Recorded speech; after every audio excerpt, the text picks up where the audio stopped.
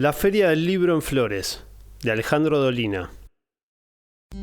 Menos abultan los restos literarios de toda la antigüedad clásica que el formidable aluvión de diarios, revistas y folletos que la imprenta de nuestro tiempo produce en una semana. Si la escasez de textos nos dificulta el conocimiento de ciertas épocas, su demasiada profusión puede tener parecido efecto.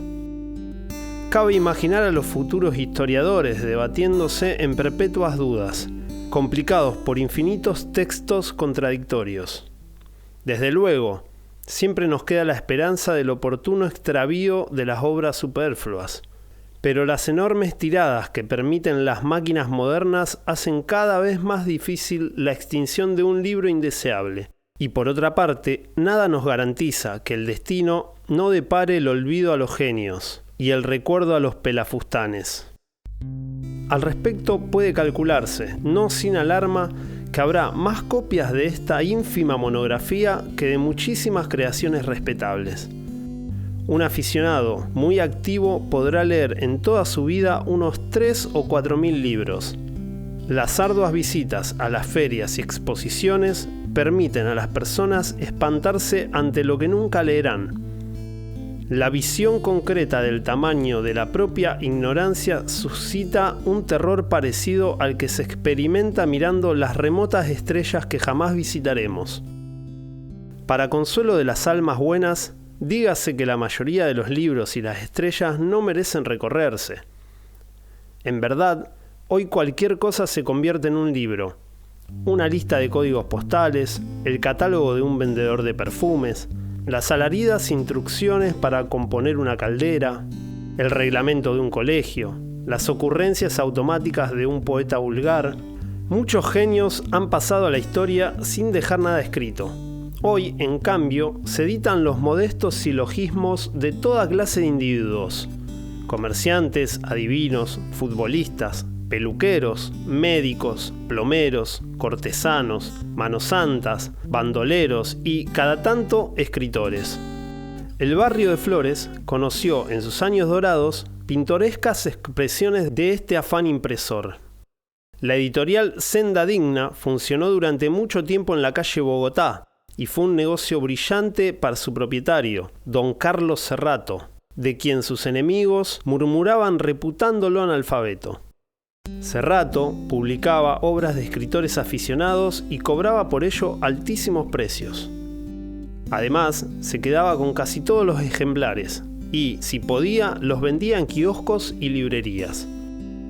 Pero vale la pena recordar lo sucedido con las memorias del ingeniero Randazzo. El libro, nacido como tantos, alcanzó un éxito inexplicable. Serrato pidió entonces al ingeniero que escribiera memorias nuevas.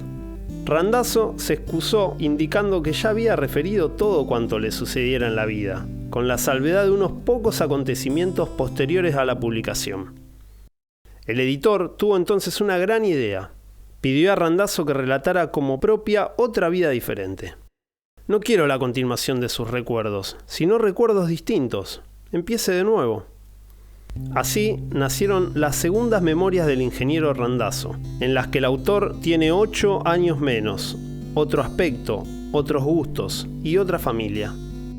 Randazzo llegó a escribir hasta 15 memorias, siendo las páginas más falsas también las más convincentes.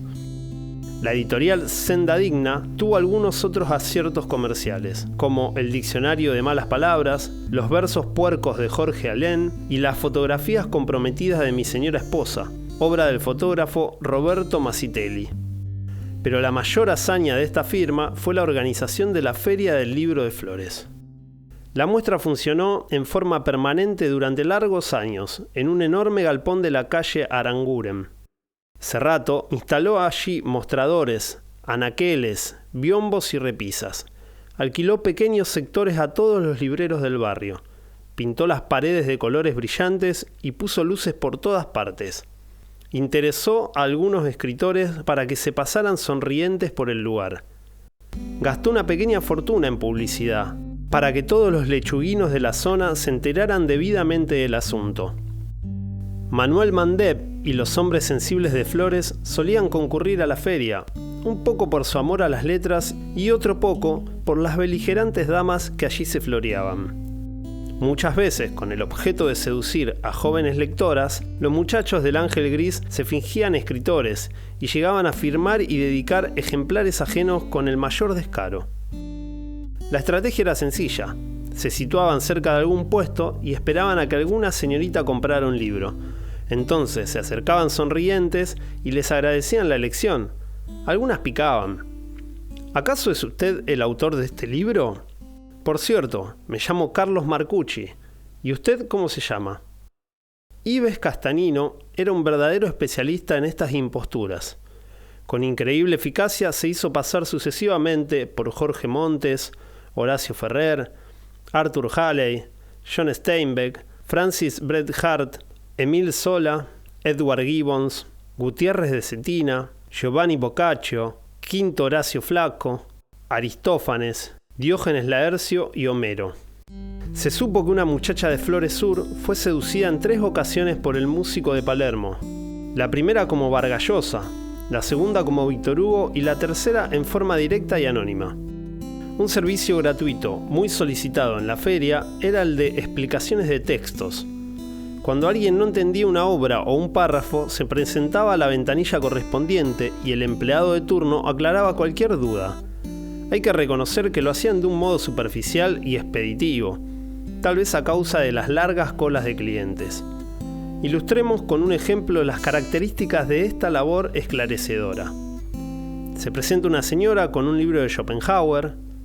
No entiendo lo que dice este sujeto. El hombre no conoce un sol ni una tierra, sino únicamente un ojo que ve al sol y una mano que siente el contacto con la tierra. Explíquemelo. Significa, señora, que el mundo es una representación. No comprendo. Digamos que las cosas son como usted las ve y las siente, aun cuando en realidad sean de otra manera. Eso es lo que siempre le digo a mi marido. A veces la explicación resumía una obra entera en pocas palabras.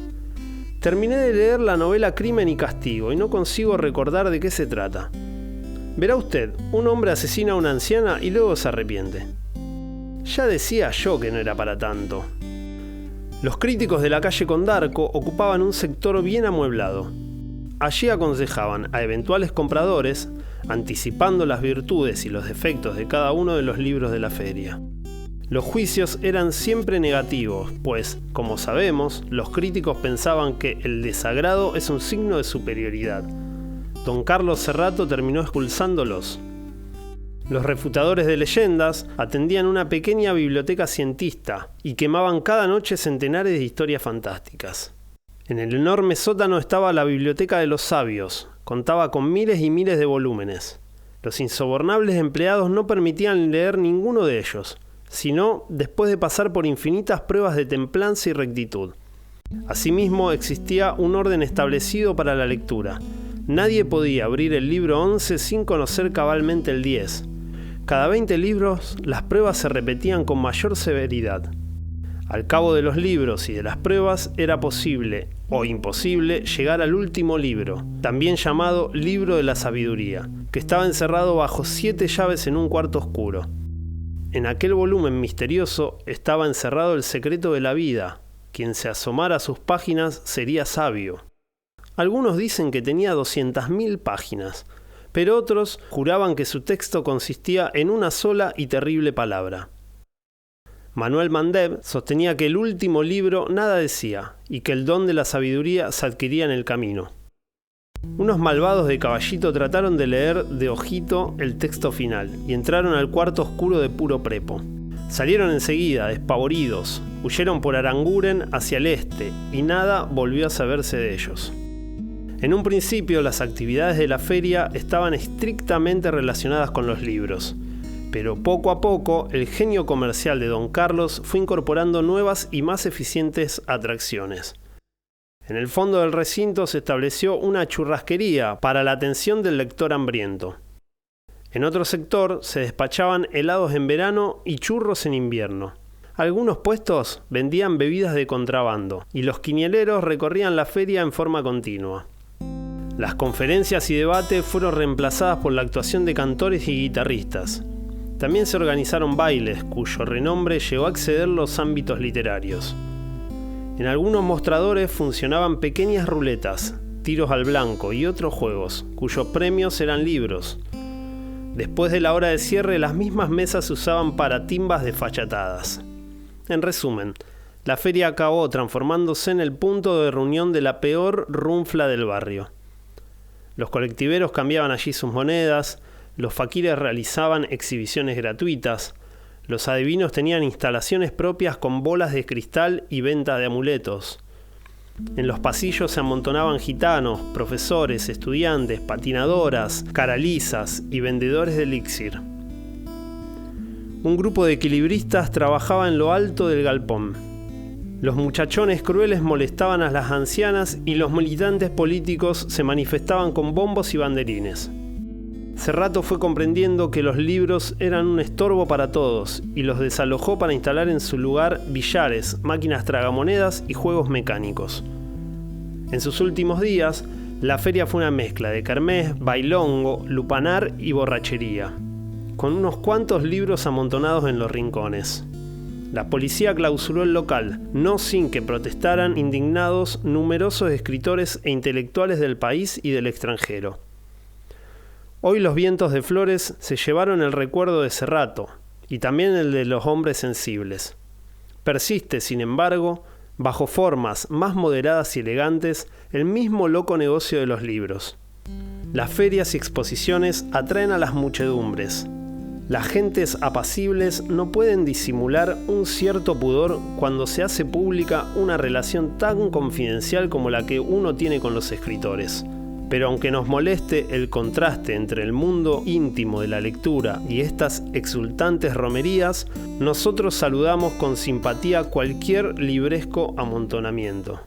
Eso sí, a veces extrañamos un poco a los faquires, a los quinieleros y a los giros bibliófilos de la calle Aranguren. Este cuento, junto con otros de diferentes autores, forma parte de los que seleccionamos para charlar y debatir en el Club de Lectura de la Mutantera Creativa. Estos debates están subidos en Cuenteando Cuentos, el podcast que nace de las reuniones del club. Pueden encontrarlo en nuestro canal de YouTube y seguirnos en nuestras redes, como La Mutantera Creativa, para encontrar toda la info de nuestras producciones y actividades. Y no olvides suscribirte al canal y darle like al cuento, para ayudarnos a seguir creando. Hasta la próxima.